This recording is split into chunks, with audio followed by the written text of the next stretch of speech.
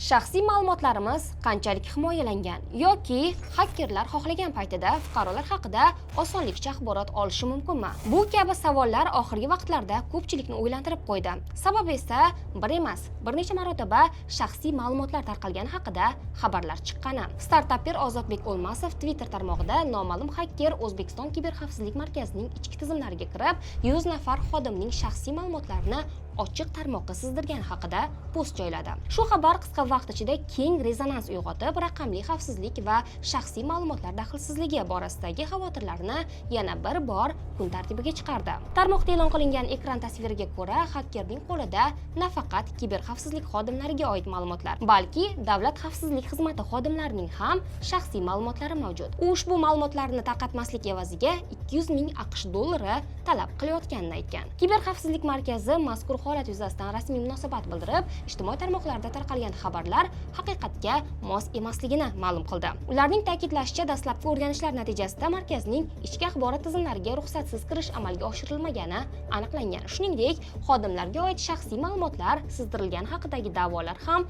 asossiz ekani qayd etilgan. Vaqt.uz holat yuzasidan aniqlik kiritish va o'rganish ishlarining natijasi bilan tanishish maqsadida Kiberxavfsizlik markazi matbuot kotibi Dilshod To'rayev bilan bog'landi. Bu masalada jarayon 1 soatlik yoki 1 daqiqalik emas. Bu uzoq muddat talab etadigan tekshiruv. Hozircha jarayonning yakuniy natijasi bo'yicha aniq ma'lumot bera olmaymiz. To'g'risi, kiberxavfsizlik markazining ichki tizimiga bevosita kirish holatlari umuman kuzatilmagan. Aytib o'tishim kerak, tizim zamon talabiga mos ravishda tashkil etilgan. Hozir tarqalayotgan gaplar esa tasdiqlanmagan, soxta xabarlar. Shu sababli ularni hozircha tarqatmaslik kerak. Qaysi tizimdan qanday ma'lumot olingani bizga ham ma'lum emas. Dilshod To'rayevga ko'ra, xaker e'lon qilgan shaxsiy axborotlar haqiqatdan ham xodimlarga tegishli, biroq ularning bir qismi ism, familiya va lavozimlar rasmiy saytda ham ochiq joylashtirilgan. Ozodbek O'lmasov Twitter sahifasida qayta post qoldirib, Kiberxavfsizlik markazining rasmiy munosabatidan so'ng kiberhujum haqidagi avvalgi postini vaqtinchalik o'chirganini ma'lum qildi.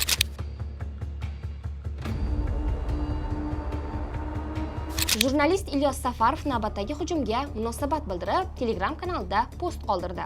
Etik o'zining maxsus teshik yoki bo'zchi bo'zga yolchimas degan xalqona naqllarimiz bo'lardi. Kiberxavfsizlik sohasidagi professional mutaxassislarimizga rahmat. Ular zamonaviy dunyoda shu maqollarning yangicha talqinlarini yaratib, bizni zeriktirishmayapti. Qarangki, bizda qo'riqchilarning kalitiga qo'shib, pasportini ham o'g'irlab ketishibdi. Shuningdek, Safarov bu holat sohadagi kompetensiya darajasi uchun dahshatli hodisa ekanini, davlat xavfsizlik himoyachilarining o'zi bugun raqamli asirga aylanishi umumiy xavfsizlik borasida qanchalik yalang'och ekanimizni barchaga yana bir bor ko'rsatib qo'yganini ta'kidladi. Inson huquqlari faoli Abdurahmon Tashanov ham holatni e'tiborsiz qoldirmay, o'z munosabatini bildirdi. U o'rtaga o'zini himoya qila olmaganlar vatanni qanday himoya qiladi degan savolni qo'ydi.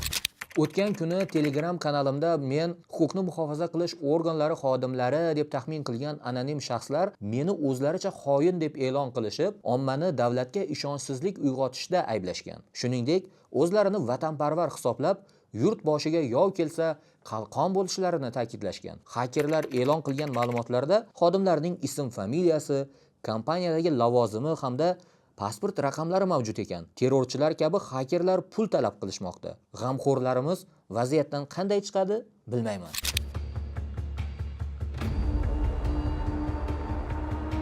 Bu kabi holatlar afsuski birinchisi emas. Joriy yil fevral boshlarida hukumat tizimlaridan kamida 15 million O'zbekiston fuqarosining shaxsiy ma'lumotlari sizdirilgani va dark webga joylashtirilgani haqida xabar berilgandi. Ammo raqamli texnologiyalar vaziri Sherzod Shermatov 15 million kishining ma'lumoti darknetda sotilayotgani haqidagi mishmishlarni rad etgan. Internetda chiqdi, 15 millionta odamning shaxsiy ma'lumoti internetda sotuvda turibdi degan anaqa chiqdi, darknetda masalan. 15 millionta unikal odamni internetda sotuvda turgan ma'lumoti yo'q.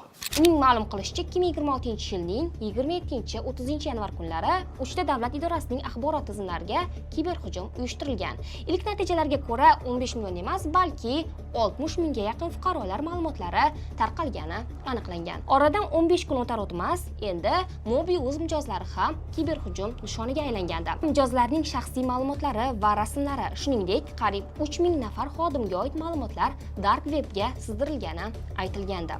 Vaqt-uzni kuzatib boring va albatta izohlarda fikringizni yozib qoldiring.